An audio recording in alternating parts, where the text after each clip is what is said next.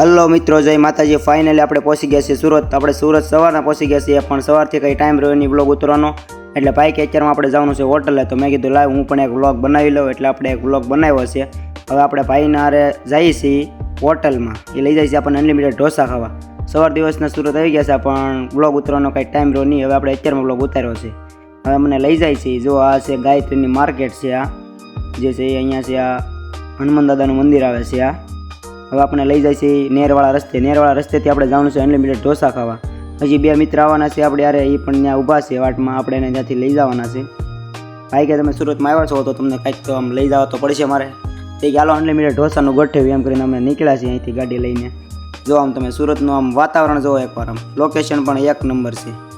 હવે જવાનું છે આપણે નેરવાળા રસ્તે। અમે આવું વિચાર્યું નહોતું, ફાઇનલી પણ આપણે જવાનું થયું અચાનક સુરત, તો પછી શું કરે, કામ હતું થોડું એટલે જવાનું થયું।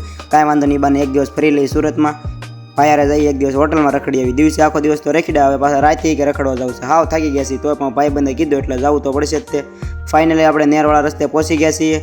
આમ ટ્રાફિક બહુ થાય છે સુરતમાં, ટ્રાફિક સિગ્નલ પણ બહુ નડે છે। સિગ્નલ આવી ગયા એટલે આપણે હાથે આપવા ઊભું રહી જવું પડે છે, સિગ્નલ જ્યાં આવીને નડે છે। આવું તો મેં કાંઈ વિચાર્યું જ નહોતું, આપણે અચાનક સુરતમાં પહોંચી જશું ને આ રીતે રખડશું। ભાઈ કે આપણે જવું તો છે જ તે, તો પછી આવી ગયા ભાઈ, એને થોડુંક કામ હતું એટલે આપણે તો આવ્યા આમને ફરવા જ આવ્યા છીએ, ખાલી એક જ દિવસ માટે છીએ। હું પ્રદીપ બે ભાઈ આવેલા હતા ફરવા, એનો આખો દી કામ નિપટાવતો હતો, એને યાર અમારે રખડવું પડ્યું આખા સુરતમાં, ઘડીક અહીંથી અહીંયા લઈ જાય ને ઘડીક અહીંથી અહીંયા લઈ જાય। રાતનો પ્રોગ્રામ ફેરવો એને કે હવે જઈએ છીએ આપણે ના હોટલમાં જવું છે, તો મેં કીધું હાલો હોટલમાં જઈએ, બીજું તો શું।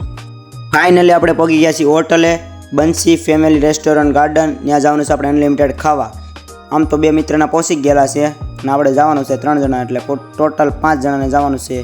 બહુ ગળદી હોય છે અહીંયા, તો આપણે ભાઈની વહેલા આવી ગયેલા હતા એટલે કાંઈ વાંધો નહીં, એને લખાવી દીધેલું છે, આપણે અંદર જઈને જમવાનું છે। જો એ બે ઊભા છે માથે, એના એક નાનો ટેણી પણ છે, કે મારે આવવું છે હોટલમાં જમવા, કાંઈ વાંધો નહીં, એને લઈ આવ્યા હોટલમાં જમવા।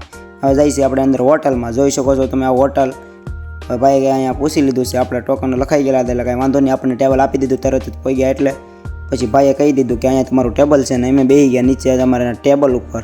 ભાઈએ લખાઈ દીધું ઓર્ડર, ભાઈએ કીધું બધા ઢોસા અનલિમિટેડ જ લેવાનું છે, બીજું કંઈ લેવાનું છે નહીં। તેણે કે આપણે પીવી છે કોલ્ડ ડ્રિંક પણ મંગાવી લીધી, ભાઈએ 2 કોલ્ડ ડ્રિંક મંગાવી લીધી, લઈ લીધી છે આપણે। હું પ્રદીપને બધા બેસી ગયા જમવા, આવી ગઈ છે આપણી પ્લેટ ઢોસાની, કાંઈ વાંધો નહીં, હાલો તો આપણે જમીને હમણાં પાછા મળીએ। જો શરૂ કરી દીધી જમવાનું।